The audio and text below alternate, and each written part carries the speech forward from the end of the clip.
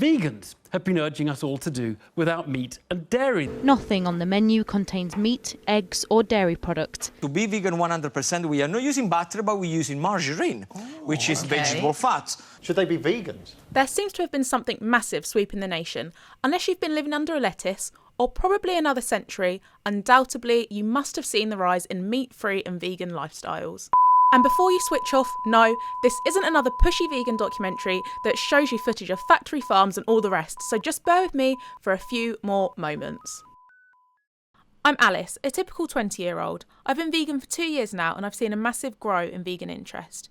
It's said that the rise in vegan millennials, and just vegans in general, is due to the infamous social media. Like any other 20-year-old, I found myself trawling through YouTube videos one afternoon. But little did I know, one YouTube video would change my life forever.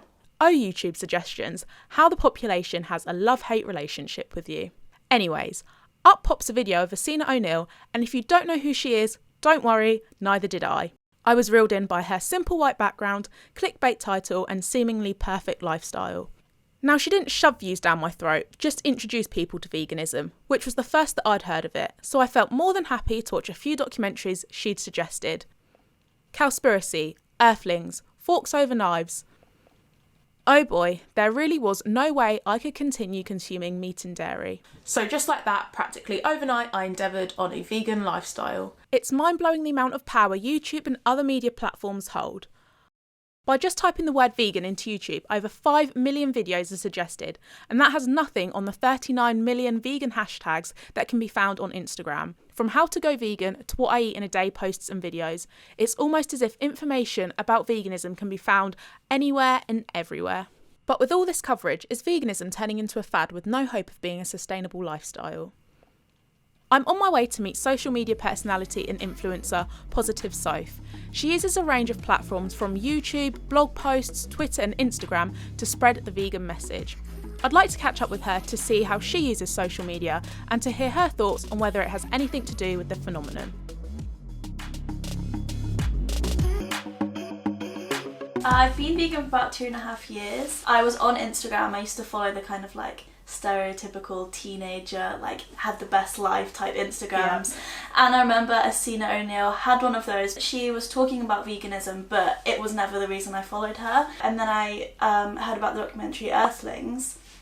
I remember watching that, and after I watched it I was like, right, there's no way I can go back, and I kind of went vegan from then. Now it's become bigger, it's in magazines and it's in mainstream news and stuff, but I feel like if there wasn't that boom in social media presence of it, it probably wouldn't have reached this point. Even if you aren't vegan, if you said to someone now, oh, have you heard about veganism, a lot more people would be aware of it than they were like 2 years ago. And I'm sure most people would even know a vegan. Like, it almost seems like it's that big of a thing that you would know someone or know of someone who is a vegan. If you see someone that has this very similar lifestyle to you and is similar in your situation and they can do it, you're kind of more, you think, oh well, maybe I can do it too. After speaking to Sophie, I thought it'd be important to meet someone who recently converted to a vegan diet and find out why. I've known Karis for a few years now and she's always been a vegetarian until about 6 months ago, where she endeavoured on a vegan lifestyle. How long were you a vegetarian before transitioning into veganism? About 10 years. I just found out more about the dairy and the egg industry, and because I was really ignorant to what goes on beforehand, and I found out more on like documentaries and things online. I watch a lot of things on YouTube and stuff, and I have a lot of friends on social media that happen to be vegan and have vegan friends, and like I look at their Twitters and things. Yeah. Do you tend to gravitate towards the same person, or do you just watch an amalgamation of? Yeah, kind of. Like on YouTube I just kind of like recommended that kind of thing, and if they seem like nice people I'll be like, oh yeah, I see what you ate today, like that's not a weird thing to do. And like I said, on Twitter, that's like the other one that I really use. It's usually my friends that are already vegan and then they have vegan friends, and I kind of end up seeing friends of friends, and like a big group, big community sort of aspect. Exactly. I feel like Twitter is my main platform purely because it's so easy to connect with so many people. I feel like the instant feedback from Twitter and like the community you can build is so much more beneficial. Even like on Tumblr, where I get quite a lot of ass on Tumblr about things, it opens up that kind of communication to show how easy it is to be vegan and how much we need to talk about it, because I feel like without speaking about it and speaking about it in a way that isn't aggressive, it opens it up to a lot more people. For like my parents, whenever I speak to it about veganism with them, they don't really know what's going on. They're like, well, I've got to go Google this thing, I've got to watch this film about it. And I think it's definitely easier when you have so much information by so many people, kind of, that you can explore yourself. You're like, it's the difference between sitting down and watching a documentary and having all these facts kind of put at you, but then you've got to do your own research, than just kind of going on Twitter, having a conversation with someone about it, and it's so much easier to kind of understand where they're coming from. The number of vegans has risen by 350% in the past decade, with Instagram and Twitter fueling its growing trend.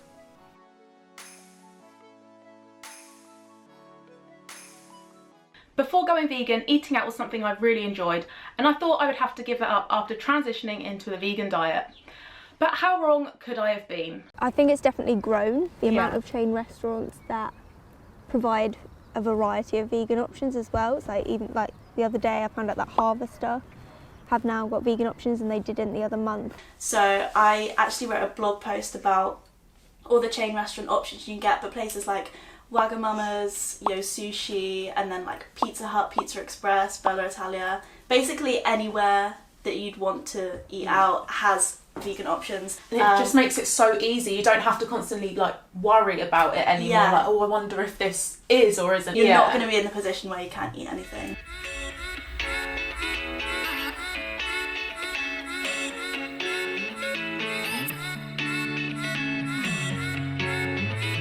Chain restaurants have opened their doors to vegans by introducing meals and even menus, so it really couldn't be any easier.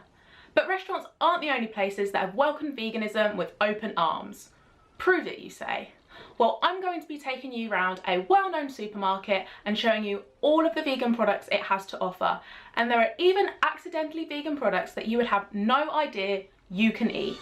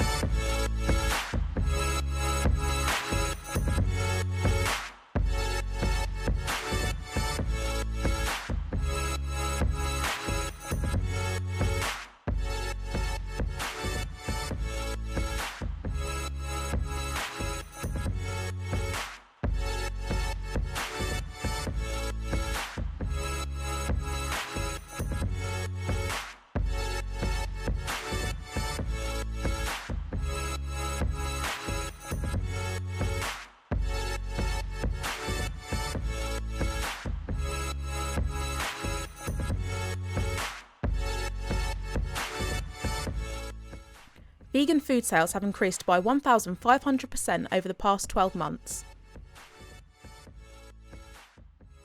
Lettuce isn't the only snack vegans can eat, and it's crazy to think about all of the food and drink options that are now accessible to people following a vegan lifestyle. But is it trendy to be a vegan?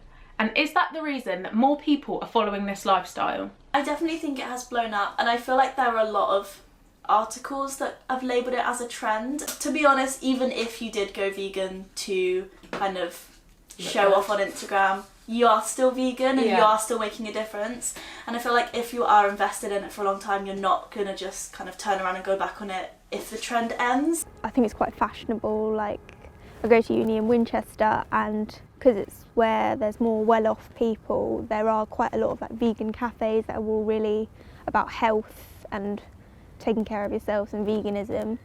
And I think for people like that, maybe it is, but for people like me, it's not. And at the end of the day, if veganism is increasing, you know, like, why does it matter why? I'm almost certain that the rise in veganism has been significantly impacted because of social media. And maybe that has caused it to become a trend, or maybe even a fad. But does it really matter? The more plants we eat and animals we save, well, that will never be a bad thing.